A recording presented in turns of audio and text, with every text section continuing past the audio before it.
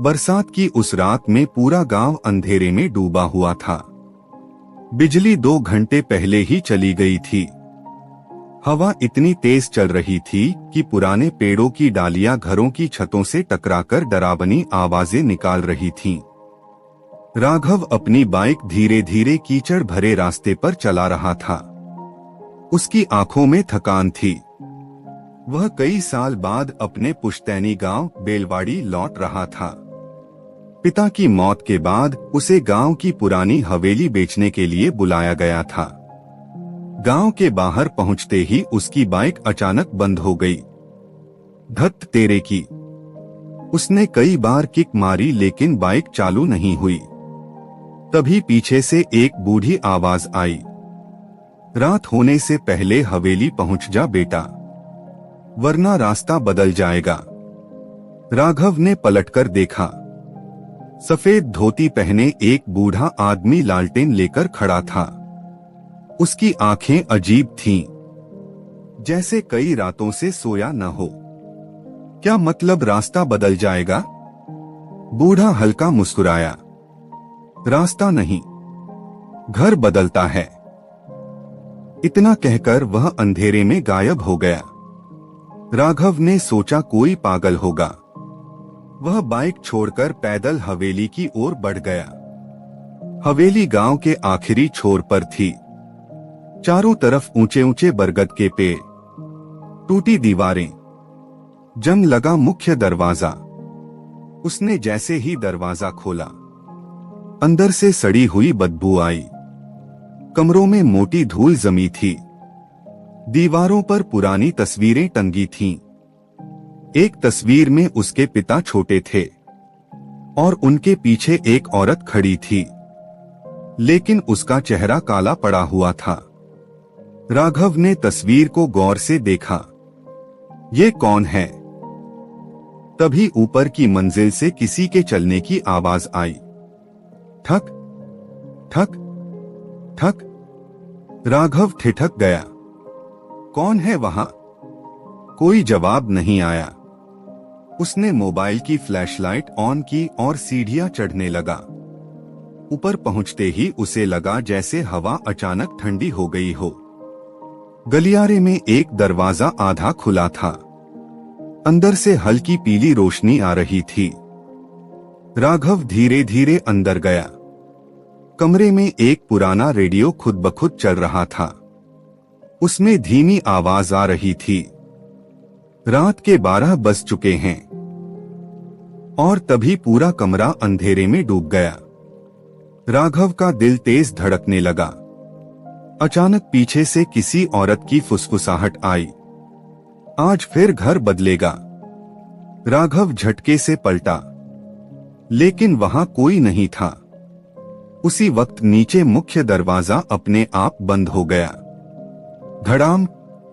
राघव भागता हुआ नीचे आया। दरवाजा खोलने की कोशिश की, मगर वह हिल भी नहीं रहा था। तभी हवेली की दीवारों से अजीब आवाजें आने लगीं, जैसे कोई बहुत सारे लोग धीरे धीरे रो रहे हों। फिर अचानक दीवारों का रंग बदलने लगा। पुरानी टूटी दीवारें धीरे धीरे नई दिखने लगीं। फर्श चमकने लगा। टूटी खिड़कियां ठीक हो गईं। राघव डरकर पीछे हट गया। पूरा घर बदल रहा था। कुछ ही सेकंड में हवेली बिल्कुल नई हो चुकी थी। अब वहां पुराने जमाने की रोशनी जल रही थी। झूमर चमक रहे थे। और सबसे डरावनी बात, घर में लोगों की आवाजें आने लगीं। हंसी, बातें, बर्तन, कदमों की आहट, जैसे घर में कोई पार्टी चल रही हो। राघव कांपते हुए ड्राइंग रूम की ओर बढ़ा। वहां कई लोग पुराने कपड़ों में खड़े थे। सबके चेहरे धुंधले थे। एक आदमी ने उसे देखकर कहा, आ गया मालिक का बेटा।